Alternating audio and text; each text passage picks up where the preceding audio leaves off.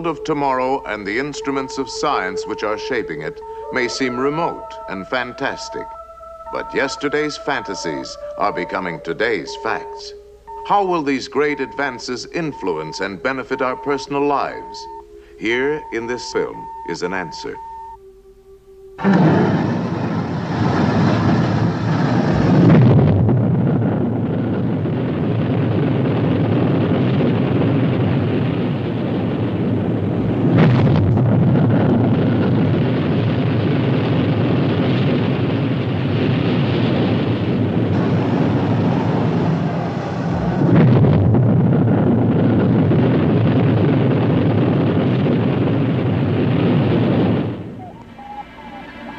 Sweeping through an eternal vacuum, through blazing heat and bitter cold, exposed to mysterious radiation, man-made satellites circle the Earth.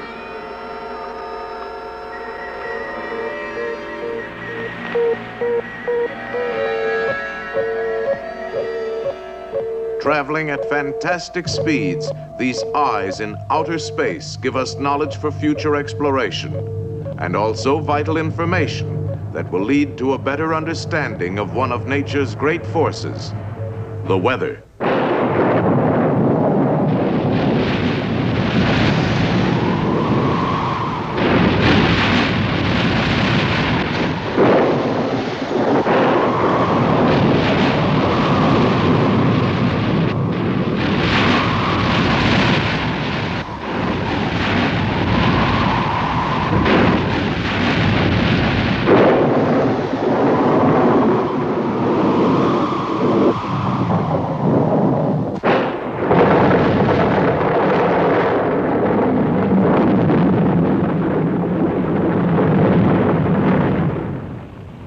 With awesome violence and destruction, the weather is one of man's oldest and mightiest adversaries.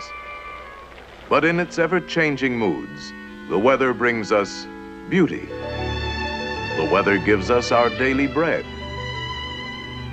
The weather makes possible all living things.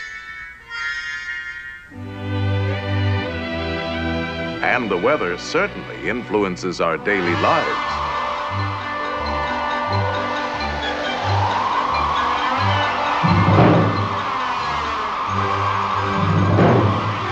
Yes, we have always been at the mercy of weather. When the weather is nice, we are happy.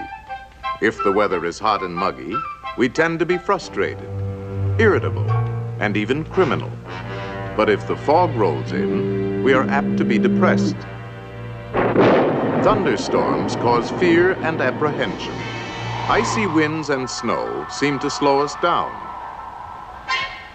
In trying to predict these capricious changes in weather, we sometimes resort to rather questionable weather forecasting devices, such as an almanac, a crystal ball, a gouty leg, and the law of average.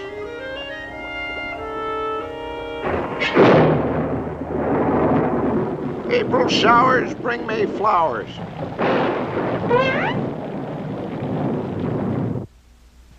When mule ears shake in a certain way, it means that rain will fall that day.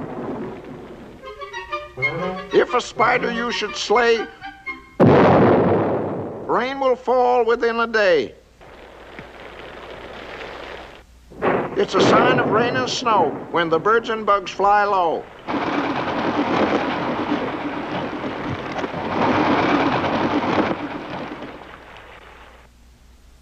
As the weather is on New Year's Day, for 30 days 'twill stay that way.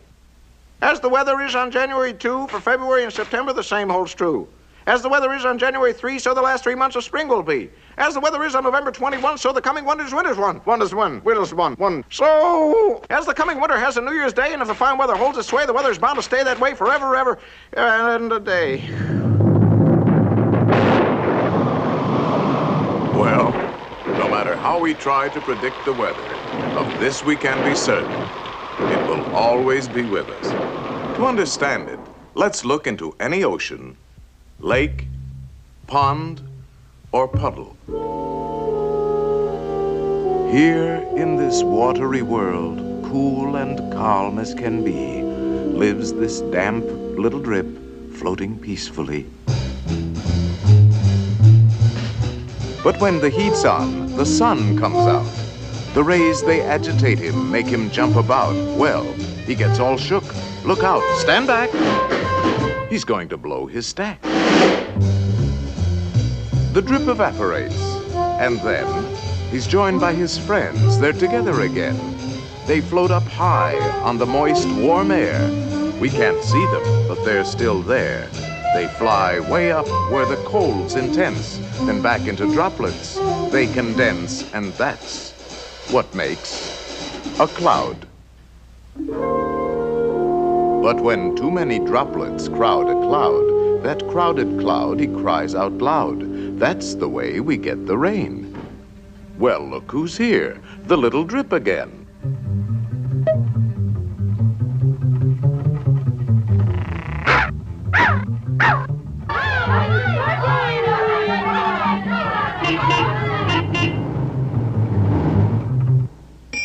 Back in the puddle. Heat. Beat. Rise. Skies. And that's what makes a cloud. This time those drops are blasted high. Still higher, still colder. Look at them fly. One turns to ice, another stick to it, getting bigger and bigger. Look out! I knew it! It's way too heavy! It's falling! Wow! The little drip's a hailstone now.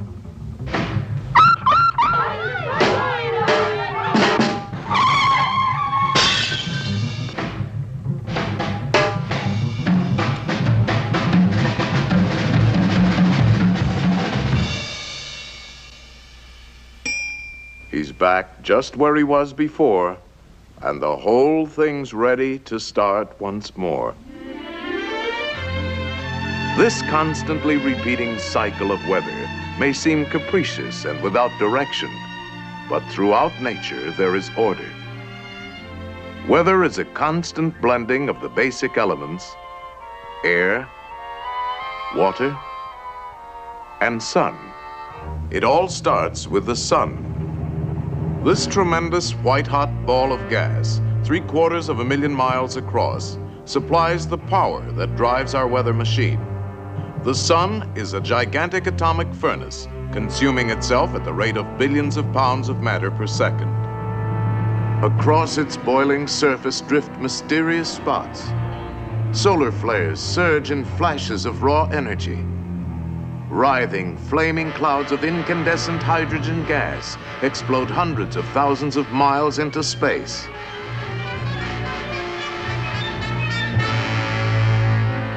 The sun is absolutely essential to life on our planet.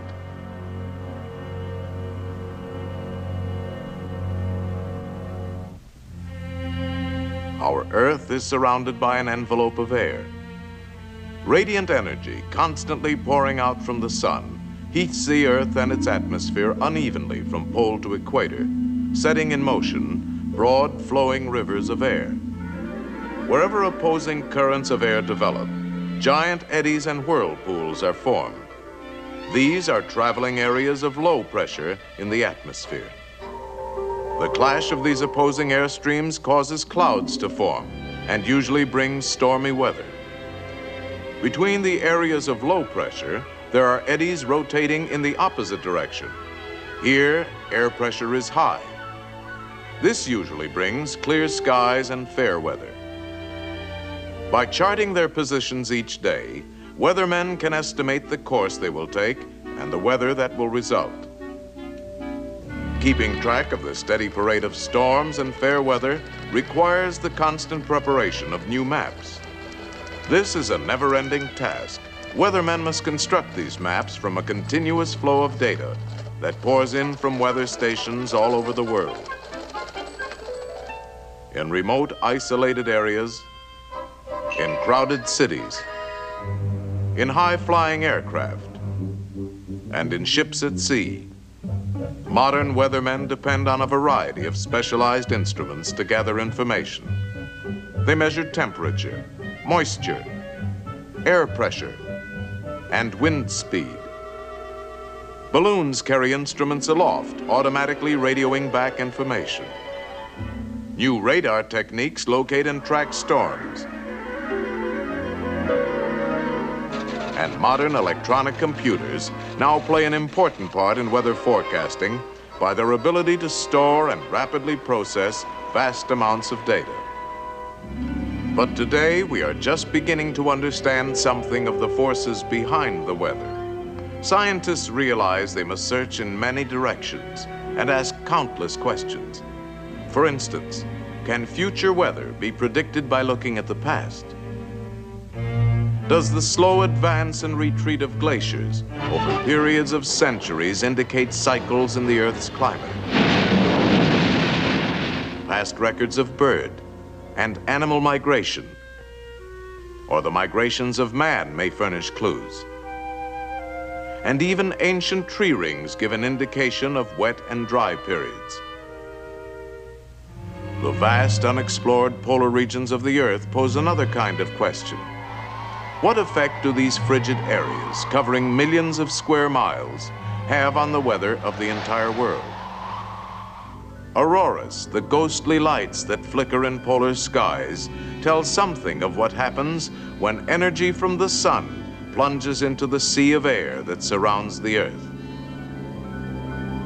Adventurous scientists are probing the atmosphere itself, climbing to incredible altitudes in their search for knowledge. New scientific tools are being used, rockets launched from balloons. And rockets launched from the ground carry instruments higher and higher. Unfortunately, these flights last but a short time, and only a small amount of information can be obtained. But now we have more advanced scientific devices for gathering data continuously over long periods of time, not only from the atmosphere, but from space beyond. Artificial satellites. Satellites reach into the unknown with instruments that duplicate man's own senses. The eye of the satellite is a photocell or a radiation counter. Its ear, a tiny microphone. Its memory, a tape recorder. And its voice is a radio transmitter. Here, these instruments are placed in an actual weather satellite, designed to record the cloud formations covering the Earth. In this cross-section view, we see how all the instruments have been reduced to an amazingly compact unit weighing but a few pounds. Here is one of the electronic eyes of the satellite. This eye converts the light reflected from land, ocean, and cloud into electrical impulses.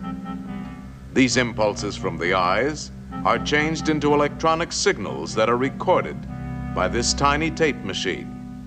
Recording continuously for periods of nearly an hour, this incredibly small instrument remembers everything the weather satellite sees. Triggered by a radio signal from Earth, the recorder plays back the stored information in only 1 minute. These precious reports on the Earth's cloud patterns are received by specially designed stations on the ground.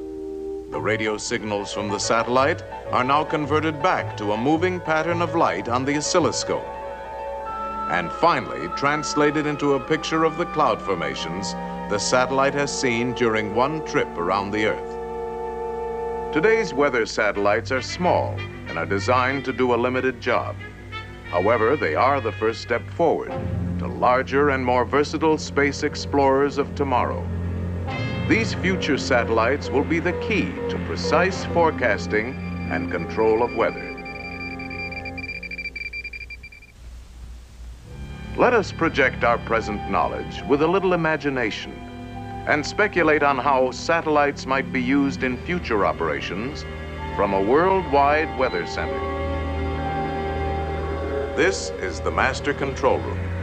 Electronic maps and view screens display up-to-the-minute pictures of the weather around the Earth. Every hour, reports are automatically received from all points at sea, on land, and in the air. 22,000 miles out in space, 3 robot satellites train their sensitive television eyes on all parts of the Earth. These pictures are monitored on viewing screens in the Weather Center.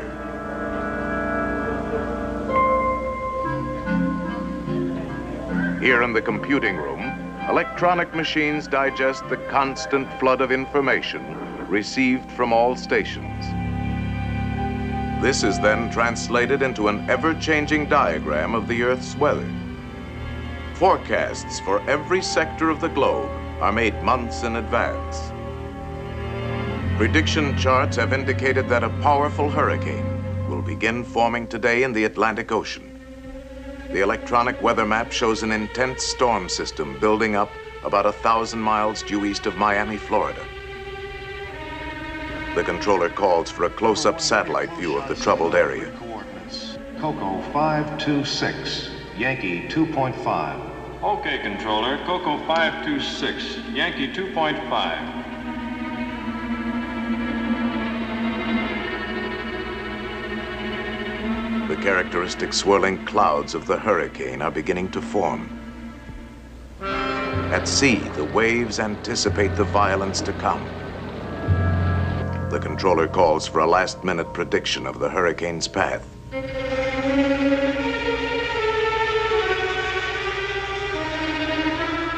If control measures are not begun at once, the hurricane will smash across densely populated areas within 48 hours. 11 a.m. EST.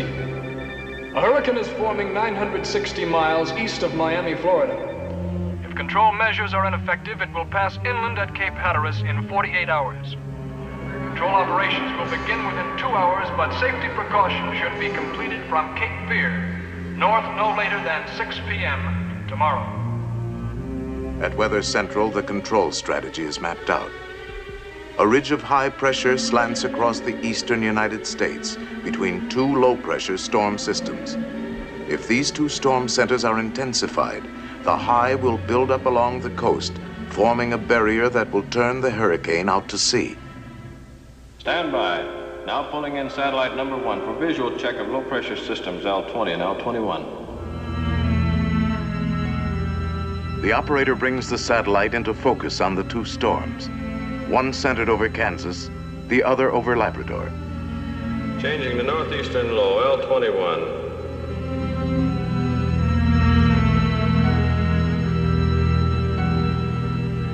With a touch of a button, the battle begins. On the ground, chemical cloud seeders begin to work the 2 storm areas. Robot planes seed the clouds from above. The storm centers over Kansas and over Labrador intensify as seeding continues. Now changing over to Hurricane Center H8.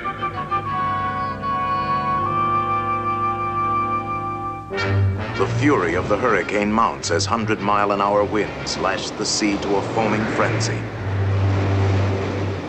All stations, Sector C. Activate Phase 2, Control Plan Delta. Set vapor rockets for 42,000 feet. Execute. As an emergency measure, the controller calls for a salvo of vapor rockets to be fired ahead of the path the hurricane is predicted to take.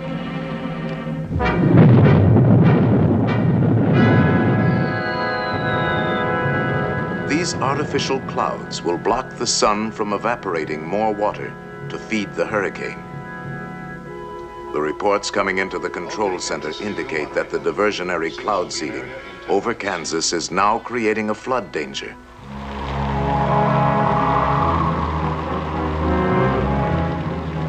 Specially equipped robot aircraft are dispatched immediately to release a high concentration of cloud seeding material into the fringes of the storm. Heavier seeding from the ground also helps to subdue the rain by spreading it over a wider area. The controller calls for another view of the hurricane, which has now moved closer to the coast.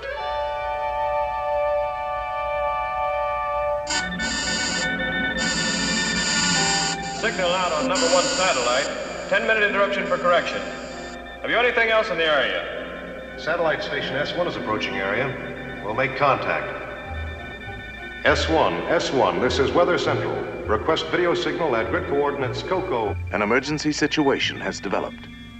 In an orbiting space station 1,000 miles above the hurricane, a crewman sends a temporary picture back to Weather Central.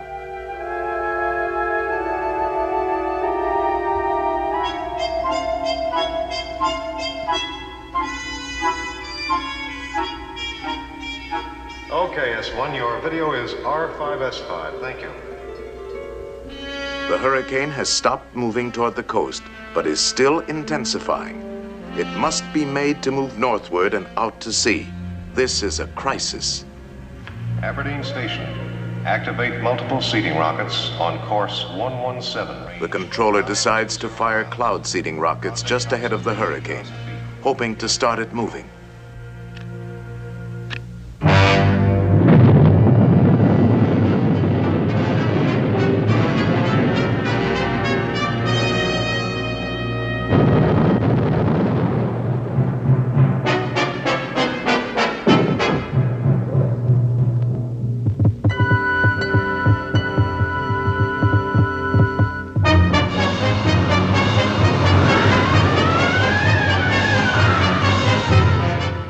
Slowly, the hurricane begins to shift. All available forces have been brought into play. Now we can only watch and wait.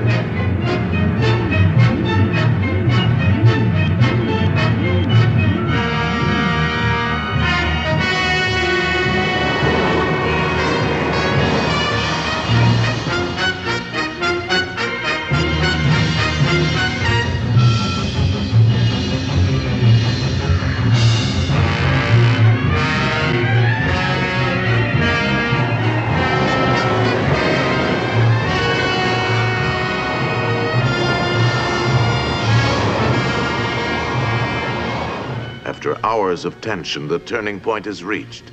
Latest reports indicate the control strategy is successful. At last, the high-pressure ridge has settled along the coast, forming an invisible wall of safety.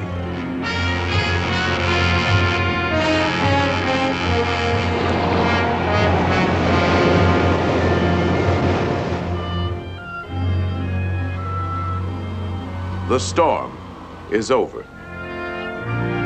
The danger has passed. The hurricane has been defeated, turned away from the land, and left to spend itself harmlessly far out at sea.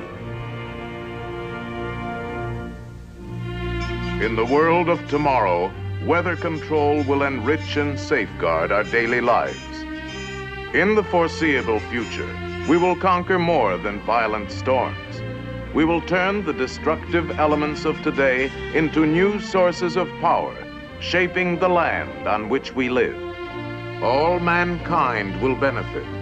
Arid wastelands will be made green and fertile, and vast frozen areas will become productive. To this end, man-made satellites will probe the secrets of the skies. They will be our eyes in outer space.